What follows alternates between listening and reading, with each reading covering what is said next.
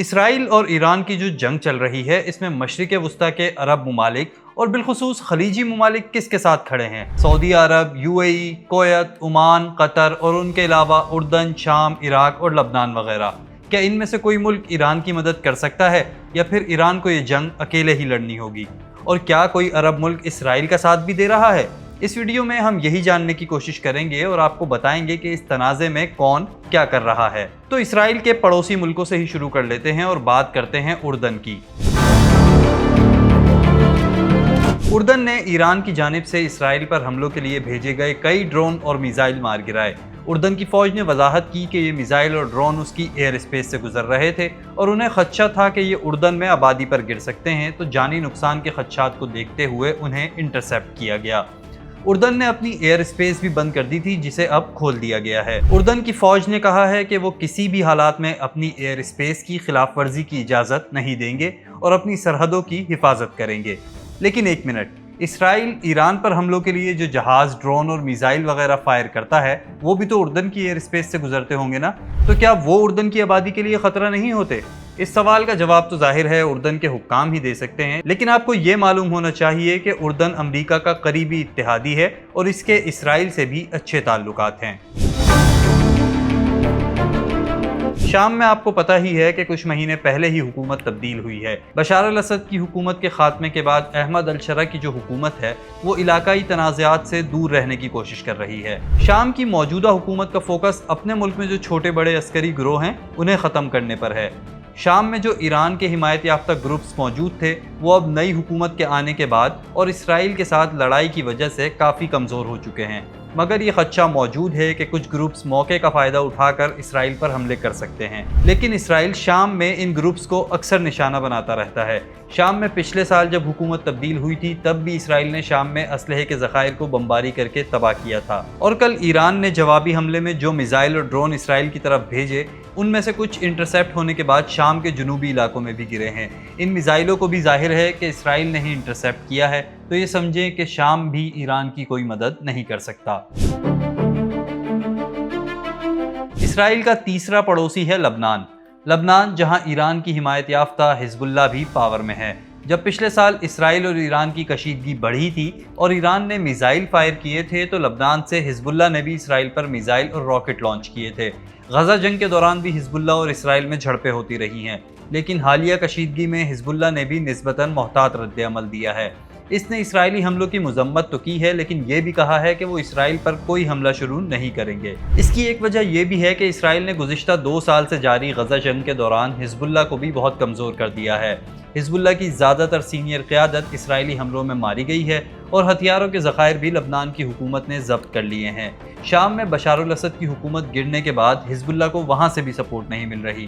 باقی رہی بات لبنان کی حکومت کی، تو اس نے بھی اسرائیل کے حملوں کی مذمت تو کی ہے لیکن ساتھ ہی یہ بھی کہا ہے کہ اگر حزب اللہ نے اسرائیل کے خلاف کوئی مہم جوئی کی تو لبنان کو اس جنگ میں گھسیٹنے کی ذمہ داری حزب اللہ پر عائد ہوگی۔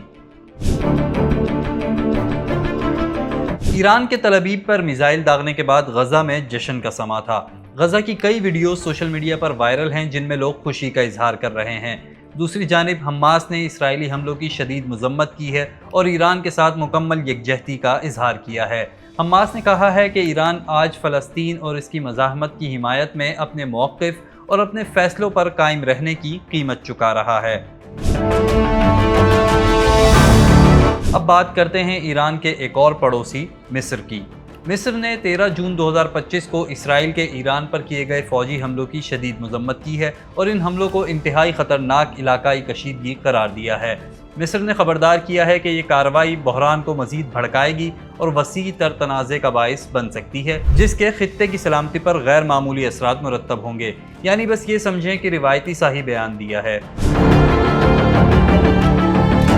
سعودی عرب کو مشرق وسطی میں ایران کا سخت حریف تصور کیا جاتا ہے، لیکن سعودی عرب نے بھی اسرائیل کے ایران پر حملوں کی مذمت کی ہے۔ سعودی وزیر خارجہ نے اپنے ایرانی ہم منصب سے ٹیلی فونک رابطہ بھی کیا ہے اور طاقت کے استعمال کو مسترد کرنے پر زور دیا ہے۔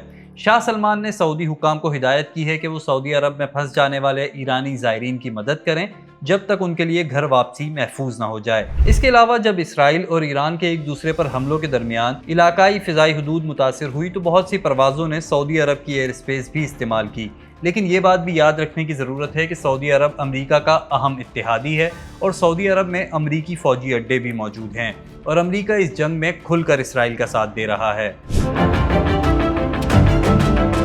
سعودی عرب کی طرح متحدہ عرب امارات میں بھی امریکی فوجی اڈے موجود ہیں اور UAE تو وہ ملک ہے جس نے گزشتہ چند برسوں کے دوران اسرائیل کے ساتھ تعلقات بحال کیے ہیں۔ UAE نے بھی اسرائیلی حملوں کی مذمت کی ہے اور روایتی سا بیان جاری کیا ہے۔ UAE کی ایمریٹس اور کچھ دیگر ایئر لائنز کو اپنی کئی پروازیں منسوخ کرنا پڑیں اور فلائٹ آپریشن میں بھی خلل آیا۔ بعض ماہرین کا کہنا ہے کہ مشرق وسطیٰ کے کئی ممالک بالخصوص خلیجی عرب ریاستیں اگرچہ تاریخی طور پر ایران اور خطے میں اس کے اثر و رسوخ کے مخالف رہی ہیں، لیکن اسرائیل اور ایران کے درمیان ایک مکمل جنگ ان کے مفاد میں نہیں ہے، کیونکہ اس سے تیل کی تجارت میں خلل پڑے گا اور یہ ممالک امریکہ کے بھی قریب ہیں۔ اس لیے اس تنازع پر محتاط رد عمل دے رہے ہیں اور اس سے دور رہنے کی کوشش کر رہے ہیں۔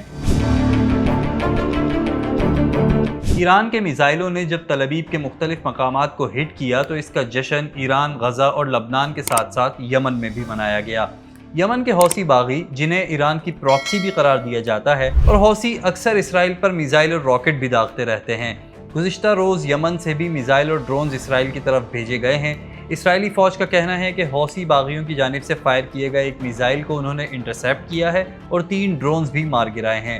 حوثی باغیوں کی جانب سے 2 روز قبل اسرائیل اور امریکہ کو وارننگ بھی دی گئی تھی کہ وہ ایران پر کسی حملے سے باز رہیں ورنہ یہ پورا خطہ جنگ کے دہانے پر ہوگا۔ ترکیہ نے اسرائیل کے ایران پر فضائی حملے کی سخت الفاظ میں مذمت کی ہے۔ ترک وزارت خارجہ نے اپنے بیان میں کہا ہے کہ یہ حملہ ظاہر کرتا ہے کہ اسرائیل مسائل کو سفارتی ذرائع سے حل نہیں کرنا چاہتا۔ ترکیہ کی کچھ ایئر لائنز نے خطے میں کشیدگی کو دیکھتے ہوئے اپنی پروازیں منسوخ کی ہیں۔ اس کے علاوہ ترکی کے اعلیٰ وزراء، فوجی اور انٹیلیجنس سربراہان کی ایک ان کیمرہ میٹنگ بھی ہوئی ہے جس میں اسرائیل کے ایران پر فضائی حملوں اور ان کے ممکنہ نتائج کا جائزہ لیا گیا ہے۔ عمان کے ایران کے ساتھ دوستانہ تعلقات ہیں۔ ایران اور امریکہ کے درمیان جوہری تنازع پر مذاکرات میں بھی عمان ثالثی کرتا رہا ہے۔ عمان نے اسرائیل کے حملے کی شدید مذمت کی ہے اور واضح طور پر کہا ہے کہ اس کشیدگی اور اس کے نتائج کا ذمہ دار اسرائیل ہے۔ قطر نے بھی اسرائیل کے حملوں کی مذمت کی ہے اور کشیدگی پر تشویش کا اظہار کیا ہے۔ قطر نے عالمی برادری پر زور دیا ہے کہ وہ اپنی ذمہ داریاں پوری کرتے ہوئے اسرائیل کی جارحیت کو روکنے کے لیے فوری کارروائی کرے۔ اس پورے تنازع میں آپ کے خیال میں کون سا ملک کیا کردار ادا کر سکتا ہے؟ اپنی رائے ہمیں کامنٹس میں بتائیے۔